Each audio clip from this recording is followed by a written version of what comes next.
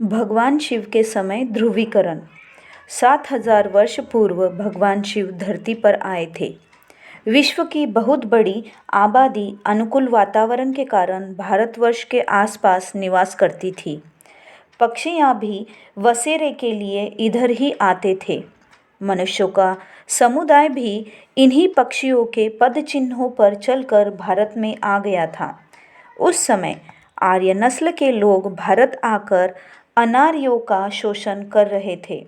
आर्य वैदिक संस्कृति के उपज थे, जहाँ यज्ञ, हवन आदि कर्मकांडों को अत्यधिक महत्व दिया जाता था।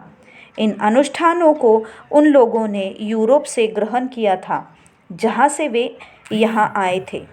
भारत के मूल निवासी तंत्र साधक थे। वे लोग मानसिक सुचिता पर बल देते थे, स्वभाव से सरल और मन से पवित्र थे। उन लोगों को कर्मकांड में कोई रुचि नहीं थी। यही कारण था कि आर्य और अनार्य में 36 का आंकड़ा था।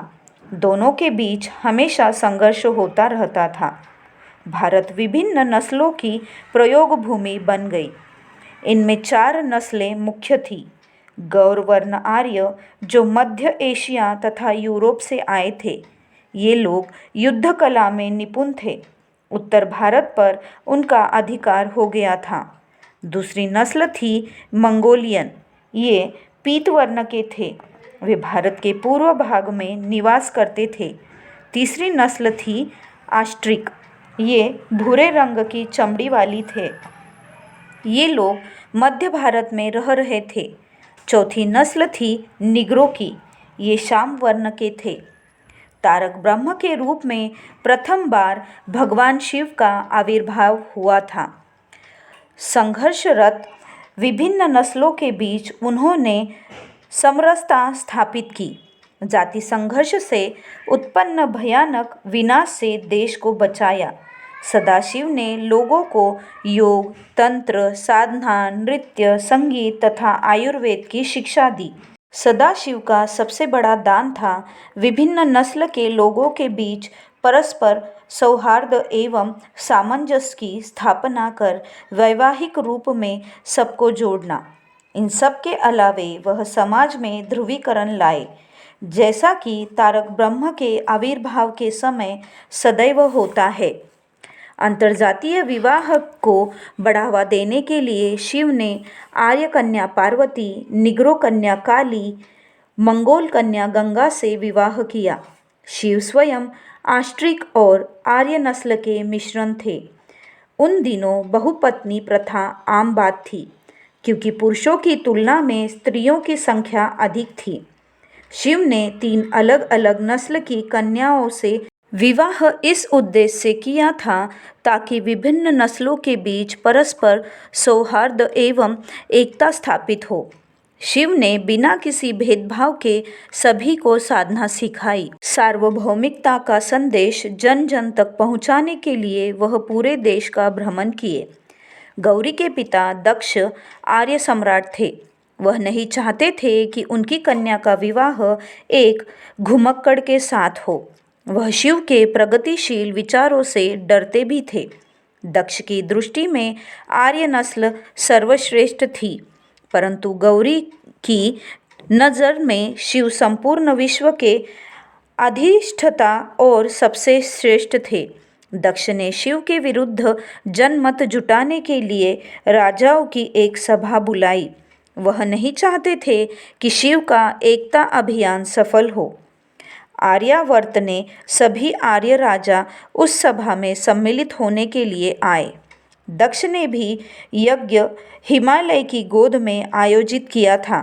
इसका उद्देश्य था शिव द्वारा प्रतिपादित तांत्रिक दर्शन का विरोध करना। गौरी उस यज्ञ में सम्मिलित होना चाहती थी। शिव ने उन्हें जाने से मना किया। शिव का मानना था कि किसी समारोह में बिना बुलाहट के नहीं जाना चाहिए। शिव को दक्ष ने उस यज्ञ में नहीं आमंत्रित किया था। गौरी का तर्क था, पिता के घर जाने के लिए पुत्री के लिए किसी निमंत्रण की आवश्यकता नहीं होती। पितृमोह से ग्रस्त गौरी शिव की अवज्ञा कर पुत्र के साथ दक्ष द्वारा आयोजित यज्ञ में सम्मिलित होने चली गई। यह यज्ञ कई दिनों से चल रहा था। माँ गौरी और पुत्र भैरव यज्ञ स्थल में प्रवेश किए। पिता दक्ष और अहम मान्यता से ग्रस्त अन्य उपस्थित राजाओं ने गौरी की ओर नज़र उठाकर देखा तक नहीं। जब गौरी उनसे बात करना चाही तो सब ने खरी खोटी सुनाकर उनको अपमानित किया। तब गौरी की समझ में आया कि भगवान शिव ने उन्हें वहां जाने से क्यों मना किया था। गौरी अपनी तथा पति शिव के अपमान का घूंट पचा नहीं पाई। परिमार्जन का कोई रास्ता न देख वह हवन कुंड में कूद गई।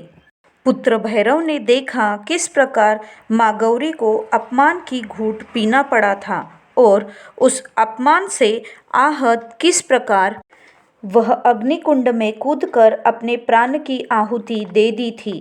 उसने यह भी देखा था कि किस प्रकार वहां उपस्थित राजा महाराजा इस घृणित कार्य में एकजुट थे। उसने व्रत लिया, सभी के सिर को काटकर उसी अग्निकुंड में डाल दूंगा जिसमें मेरी माँ ने अपनी आहुति दी थी। भैरव महान तांत्रिक साधक था। भगवान शिव ने स्वयं उसे दीक्षा दी थी। उसने शिवगणों को साथ लेकर वहां उपस्थित सभी राजाओं के सिर काटकर यज्ञ कुंड में डाल दिया। यज्ञ कुंड जो पूजा अर्चना के लिए तैयार किया गया था वह उन सभी के लिए शव कुंड बन गया। एक झटके में संपूर्ण पाप शक्तियाँ जलकर राख हो गई। ऐसा लगता है कि सारे राजे महाराजे शिव के सार्वभौमिक विचारों की हत्या करने के उद्देश्य से एकत्रित हुए थे, परंतु शिव ने अपनी पत्नी की आहुति देकर एक ही पल में उनके इरादों पर पानी फेर दिया। भगवान शिव के समय इसी प्रकार का ध्रुवीकरण हुआ था।